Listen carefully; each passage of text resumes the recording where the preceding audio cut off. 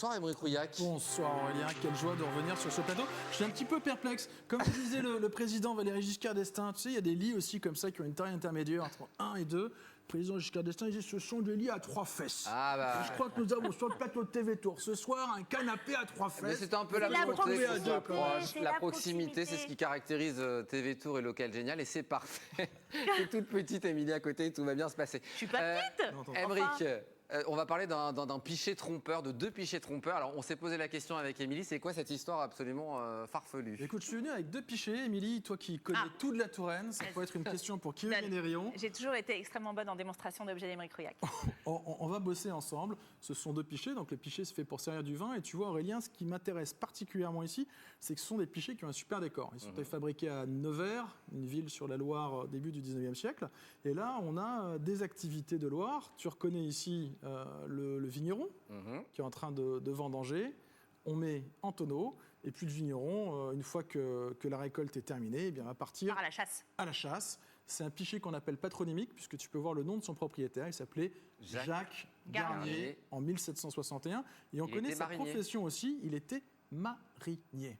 Ah, L'autre pichet du coup, alors lui il est pas patronymique. il n'est pas Lui, il patronymique, n'est pas patronymique. mais il date de 1804, l'an 12 de la l'an 12 République. de la Voilà. République, tout à fait. Et il nous D'accord. montre ce qui faisait la richesse de la Loire, ce sont ces cortèges de bateaux. Si tu peux le faire défiler, on Bien voit sûr, que les bateaux regarde, là je sont fais défiler. vent arrière. Waouh, bravo Pour Émilie. pouvoir remonter la Loire et transporter du vin. On retrouve encore tous ces tonneaux de vin à l'intérieur. Il faut savoir que le vin de Loire a été prisé depuis les Romains.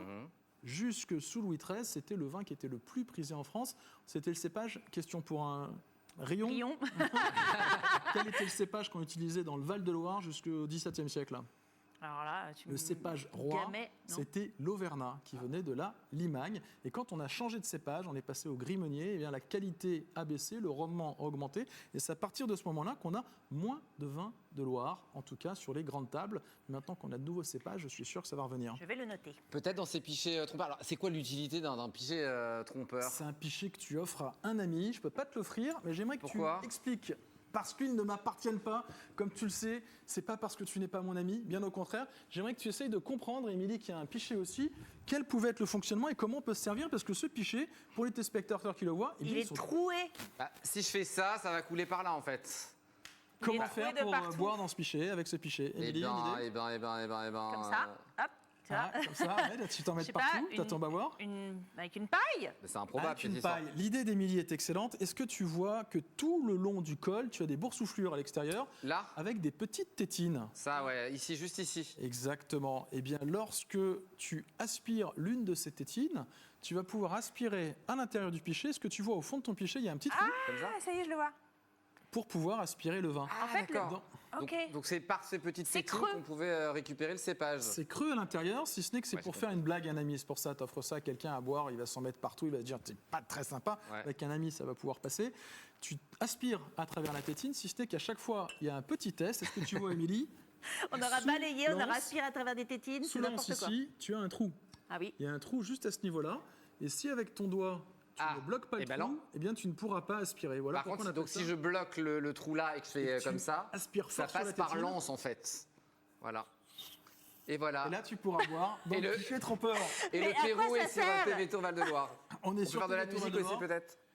Non. Des pichets comme ça, tu en as au musée du Louvre, tu en as dans tous les grands musées, parce que c'est le nec plus ultra de la faïence française. Ah bon? C'est un objet qui est un objet extrêmement décoratif, qui te raconte la manière dont les hommes vivaient au XVIIIe siècle, comment ils travaillaient, des hommes, des femmes dans les vignes, les bateaux de Loire. Tu as un très joli décor, tu as un usage, et puis tu as une farce. On est dans la gauloiserie, dans la ribauderie, on est au pays de Rabelais, et on est bien sur TV Tour Val de On en Loire. trouve beaucoup. C'est une spécificité que tu as du coup au sein de. C'est extrêmement rare. Et le plus rare, tu vois, ce sont ces cortèges de bateaux. À Orléans, on a beaucoup conservé la tradition de la marine de Loire. Au mois de septembre, il y a des grands festivals Ouais, de marine de Festival de Loire. Loire. Et on voit les différents bateaux qui pouvaient remonter la Loire. Il faut savoir que la Loire, c'était le fleuve qui permettait le plus grand commerce à travers la France. Et ça va s'arrêter seulement à partir du développement des chemins de fer dans les années 1840-1850. Et là, on a ces ribambelles de bateaux qui remontent la Loire. Merci beaucoup, Aymeric. Ça coûte combien ce bel objet? Et c'est la question qu'il n'aime pas, mais que je On pose commence les enchères. Voilà. 3 Ils euros. seront mis aux enchères. C'est des pichets qui sont assez rares, qui se vendent entre 1000 et 2000 euros. Donc là, Waouh. ils sont aux enchères du coup. Seront vendus aux enchères comme 100% des objets. Rouillac.com